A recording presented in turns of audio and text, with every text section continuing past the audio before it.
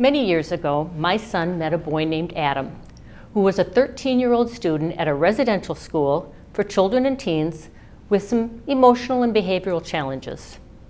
Adam was a freckled-faced kid with a one-sided grin and a kind and gentle heart. While he was on what they referred to as home visits, we invited Adam to join our family on several occasions.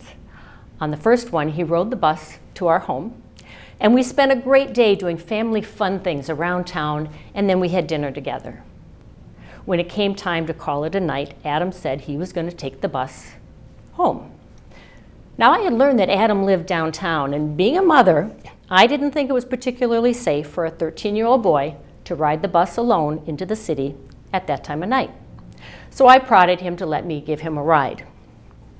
When we got downtown, he said, just drop me off on the street corner and I'll walk the rest of the way.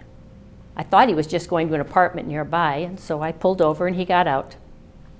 It wasn't until our second time together that Adam felt comfortable enough to tell me he was actually living in a homeless shelter with his mother and 2 younger siblings. I was stunned. Adam was a child. He just didn't meet my picture of a person experiencing homelessness. But the reality was our family's young friend, who was supposed to be having therapeutic home visits to help him learn to manage some challenging behaviors, had no home to visit. Now, I tried to imagine my 4 young sons living in a shelter, how different and difficult their lives would be. There'd be no place to store toys or to display prized treasures, no place to invite friends over, and there'd be no dinner-time conversation around the family table. And gone would be their own beds, where I read them bedtime stories and tucked them in safely each night. Now, I don't know what the story was that found Adam's mother needing shelter for her family, but my heart went out to her. As a parent, I simply couldn't imagine how I would feel if I couldn't supply the security and comfort of not just shelter, but a home for my children. One day, Adam and his family disappeared. He was just gone. Housing instability meant more than just not having a consistent roof over Adam's head.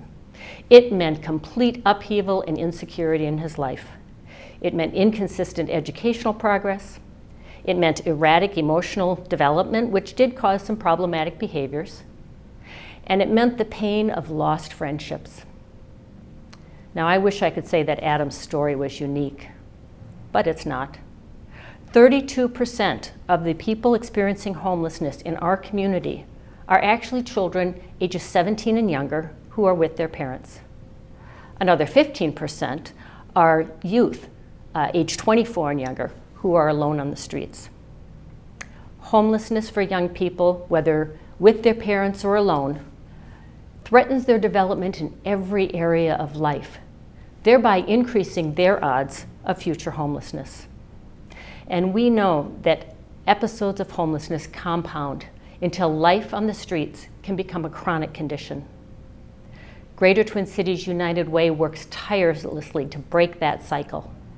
Not only does it meet the immediate needs of people experiencing homelessness today, it's innovating programs and advocating for policy changes that can stem the tide of future homelessness.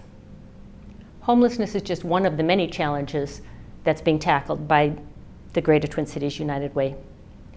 It does this by uniting changemakers, those who have the potential to make a difference. You can join this changemaker movement.